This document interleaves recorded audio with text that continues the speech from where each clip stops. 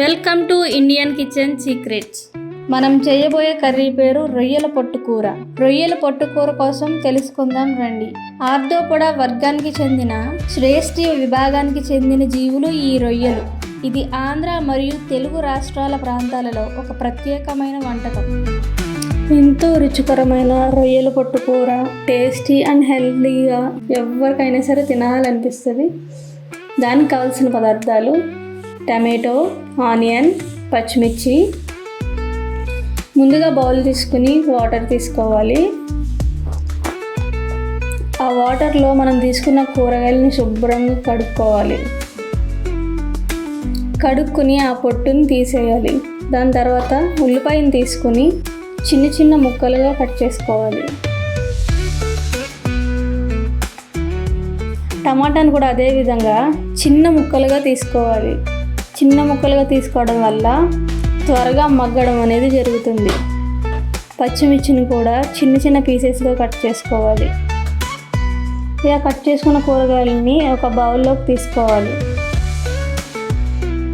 రొయ్యల పొట్టుని తీసుకుని శుభ్రంగా కడుక్కోవాలి. స్టవ్ ఆన్ చేసి గిన్నె పెట్టుకోవాలి. గిన్నె హీట్ అయిన తర్వాత దాంట్లో ఆయిల్ పోసుకోవాలి. హీట్ అయిన ఆయిల్లో రొయ్య పొట్టును వేసుకుని బాగా ఫ్రై చేసుకోవాలి. ఫ్రై అయ్యేటప్పుడు జాగ్రత్తగా చూసుకోవాలి, అవి మాడకుండా. అప్పుడు పచ్చిమిర్చిని వేసుకోవాలి. పచ్చిమిర్చి వేసిన తర్వాత ఉల్లిపాయలు వేసుకోవాలి. వాటన్నిటిని ఒకసారి పూర్తిగా కలుపుకోవాలి. కలిపిన తర్వాత సాల్ట్ని వేయాలి.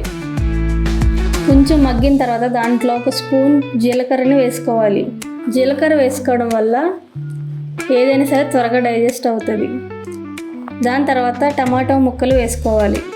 టమాటో ముక్కలు వేసిన తర్వాత మొత్తం కలిసేలాగా ఒకసారి తిప్పుకోవాలి. దాంట్లో కొంచెం పసుపుని వేసుకోవాలి. కారం వేసుకోవాలి.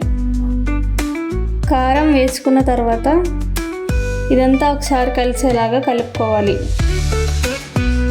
కలుపుకున్న తర్వాత నీళ్ళు వేసుకోవాలి.